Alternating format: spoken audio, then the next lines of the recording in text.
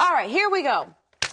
You ready, Pat, for Bring It On? All right. We're going to do the Bring It On line. So this is what is so cool about this segment is that people throughout the entire show have been logging on to CBN.com asking Pat whatever. And so we're going to start with Millie. And Millie writes in, she says, I never hear stories about seniors being healed of Alzheimer's disease. Ooh, that's a good question. Are there some illnesses that God can't heal? And if not, why don't I see people healed of Alzheimer's? Good question. I don't know. I don't know if we've got enough faith for that, but the truth is that they can be failed. They're amyloid plaques in the brain, and there's nothing that says that God can't dissolve them and bring clarity. I think there have been people healed of Alzheimer's. God can heal anything. But for some reason, we don't have it on this show. I'm sorry, but... Yeah. That's fascinating. I guess that's going to be one of the stories that we'll have to look for. I know. You know, I know. It's I don't know what is causing all this. I don't know whether it's chemicals in the air or what it is. But all right, what's next? Yeah, next question. Here's a question or comment or question from Emerald. She says, I'm disappointed that you support drilling for natural gas. It's environmentally destructive. Why not support going green for our energy woes? Oh, dear heart, there ain't anything green that's going to take care of your car and the oil, the plants. There's nothing wrong with drilling for natural gas. It's not going to hurt your environment. There's some possibilities that if they put too much water into a frack, it might pollute the wells, but so far they haven't had any evidence that I know of about that. There is nothing green that'll do it.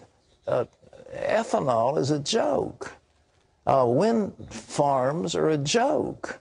Solar is a joke. There is no way that the great energy needs of this huge country can be met by wind, solar, or whatever else you got's green. It just won't happen.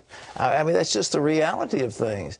So what have we got? I like nuclear, but now nuclear is having a problem over there in Japan. But I think we can make safe nuclear, and we've got to do it. I hope one day we can get to solar fusion, which is the power of the sun, and to have everybody in the world have abundant supplies of energy would be marvelous. But so far they haven't gotten something.